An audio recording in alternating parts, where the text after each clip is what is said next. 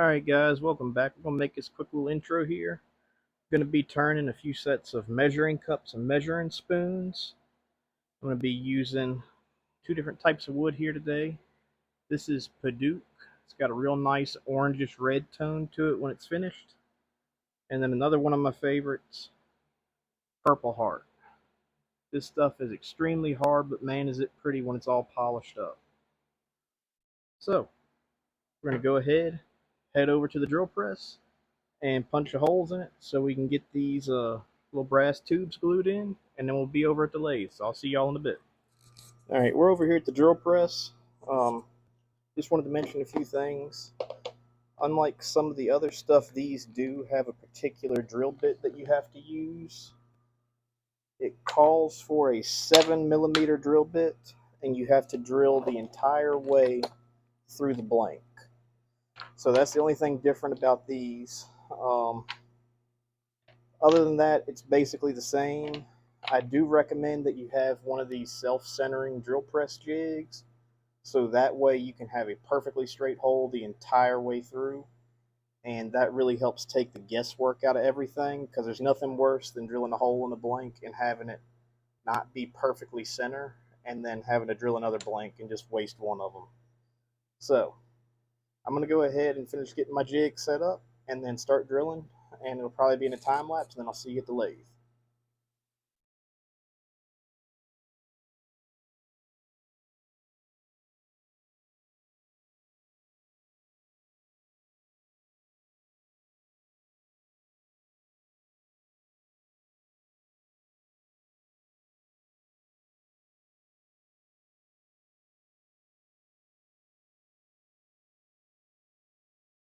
Alright, so this is going to be a quick little reminder here. As I said before, Purple Heart is a really hard and dense wood.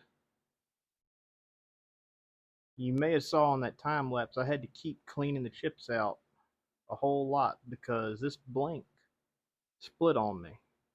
Purple Heart is so dense and hard, and it has some type of natural oil to it that it doesn't like to clear off the bit. It likes to stick to it almost like some type of glue. So just remember, go slow when you drill these Purple Heart blanks, or else they can split on you.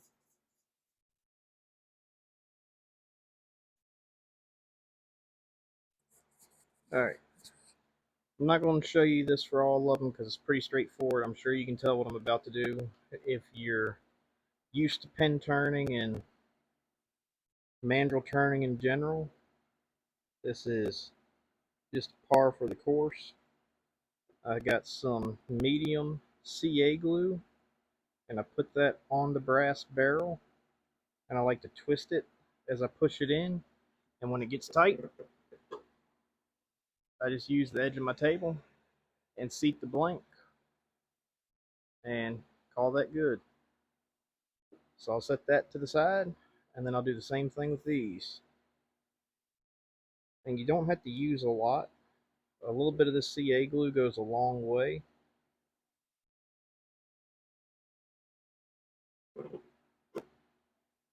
But if you're like me, the more the merrier.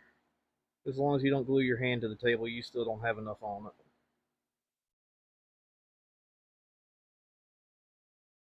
it. And ask me how I know that. I've had a few blanks come apart on me, but that's because I was trying to glue a blank that had a few splits to the barrel itself and hope that the barrel would hold it from coming apart on the lathe, and it doesn't. So like you saw with those there, I'm going to do that for the rest of them, and then I'm going to square the ends of the blanks, and we'll catch back over there at the lathe and start turning.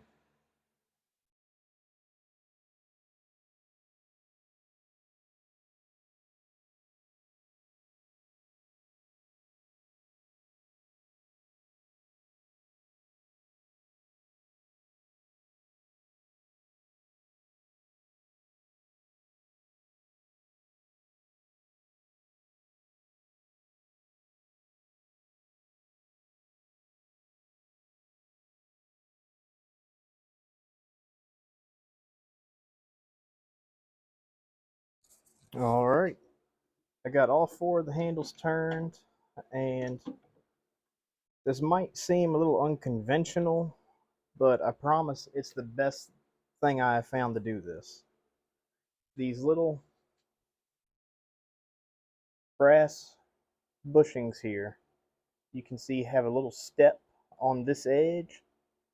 This end here is the side that gets pressed into the blank. So I did keep track of all of these. This end here is the side for the head. And this little piece of brass that we're going to press in is like a little threaded insert.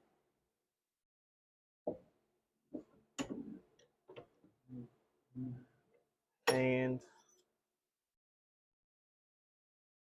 I would tell you the truth, something that would probably work better than what I'm doing would be to use an arbor press. Now I know you can use a pen press, but a pen press honestly does not have enough control over it to do this stuff. I do not like them. So we're going to find around about where we want. Actually, let me put the head on. This right here is the 1 tablespoon right here, and that simply threads on to the handle or into that brass insert. And I normally like to do this little finial right here on the end. You can see how it has that, it'll focus, has that through hole in it. That's for a little metal ring. So I'll turn that 90 degrees to the way the head is positioned. And that'll make more sense once you see this all complete.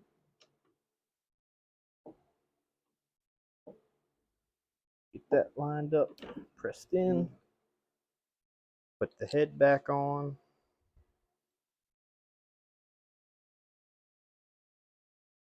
All right, so it has these rings here. They go through the handle just like that. And then there is a big ring that all of the measuring spoons go on. So this is what you end up with. So I'll leave this the regular speed, but I'll probably speed up the video.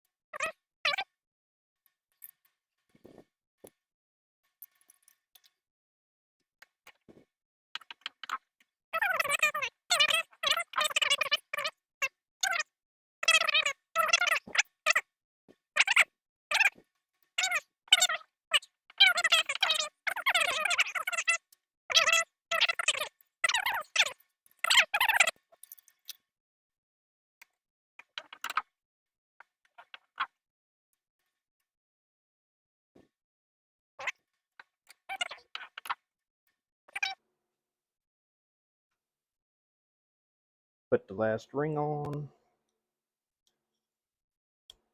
and get this one put on, the whole thing.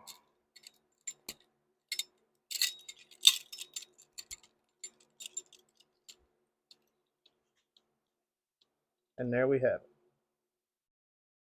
Really nice, really pretty set of Padauk measuring spoons. We have 1 tablespoon, 1 teaspoon, a half teaspoon, and a quarter teaspoon. I believe in total, this took me roughly 45 minutes to turn, probably an hour if you want to include the drilling and everything. So for 4 measuring spoons or 4 measuring cups, they take about the same time. So these are also a pretty expensive turning kit from Penn State. So do what you will with that. They are expensive, but they are very pretty. So I'll catch y'all in a bit with some measuring cups.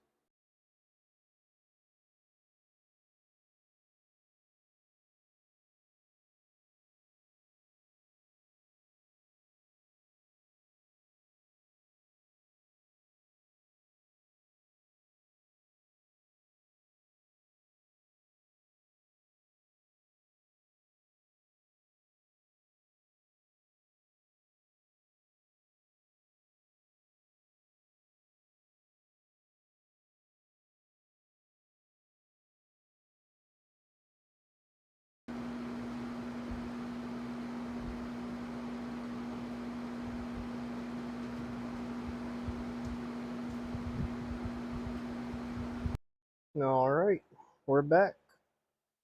Got a set of spoons and cups all done. This over here is Purple Heart. That right there is Paduke. Um, you'll notice in the video I said that I was going to show you how to assemble these. It's the exact same process, except these you can't do backwards. On the measuring spoons, this end here with the heads is just a tiny bit bigger around than this end over here with the little finial on it. So that's the only difference. Both sets, one of the reasons why I like them is that you can take the head off of the handle. They just simply unthread on the cups and the spoons, and that way you can just throw these in the dishwasher and forget about it. And you don't have to worry about messing up your handle, and you don't have to mess with hand washing. Because we all know nobody likes hand washing. So, this has been a pretty long video. I'm going to go ahead and call it here. I got a ton of other videos planned. I got more turning. Probably one of the next turning videos will either be my ring holders or salt and pepper shakers. And then in the next couple of weeks, the Delta Shaper restoration will happen. I just got to wait and get through this craft show so I can actually have some time to do some stuff I need to do. So I'll catch y'all in the next video. Remember to like, comment, and subscribe. And let me know what else y'all would like me to do. I'm open to suggestions. Thanks again. See y'all next time.